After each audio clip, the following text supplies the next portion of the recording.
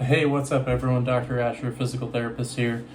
The past week, I have been doing more or less the animal-based diet, and so I wanted to put together a one-week video to talk about some of the benefits and challenges that I've seen throughout this first week of doing this diet.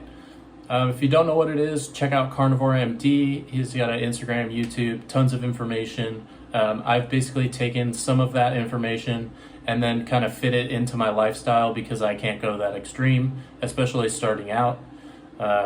So this is what I came up with and did it for the first week and felt pretty good, honestly. I felt definitely more energy through my workouts. I definitely felt lighter. I felt more endurance cardiovascular wise through the first week. The biggest thing that I'll note though is I actually felt much less bloated and less full. Even if I did have a pretty big meal, I felt much lighter, less bloated, just less fat and full after eating each meal, which was really nice. Something else I've noticed, definitely higher sex drive. Day 3 and day 4 though, like day 1 and day 2, actually I felt really good.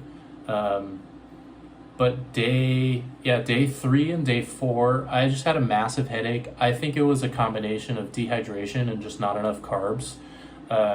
So one switch that I made, I added in having a cup of white rice today, and I basically eliminated that problem for myself.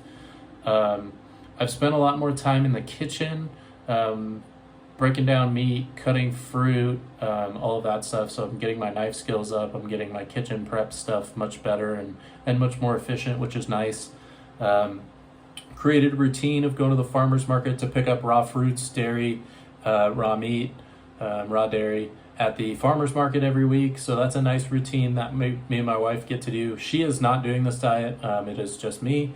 But those are some of the basic things that I have noticed through week 1. So this picture here is day 1. This was January 1st. First day of really diving in and starting this diet. Definitely felt very bloated most days before starting this diet out. And this is day 7. So this is January 7th, 2023. I definitely felt a lot less bloated. I definitely feel stronger, more energy like I talked about earlier. So I think it's been a pretty positive experience for the first week. Just a quick run through on what my fridge looks like. We got a bunch of meat, some raw yogurt, bunch of berries, and then pasteurized eggs. I'll have about 2 of those a day, 2 to 3.